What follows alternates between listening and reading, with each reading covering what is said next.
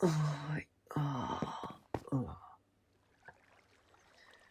而家幾點啊？咁就又過咗1年啦。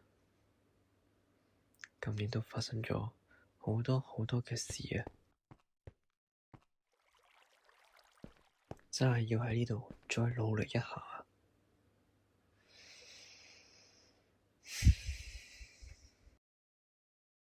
有時理下自己嘅興趣都唔緊要，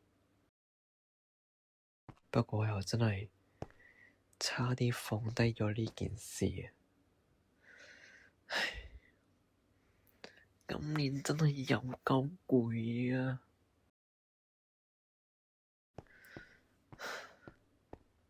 好啦，2025年就過咗去啦。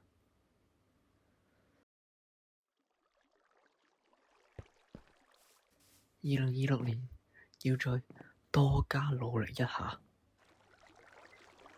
究竟能唔能夠畀到更加多嘅人見到我呢？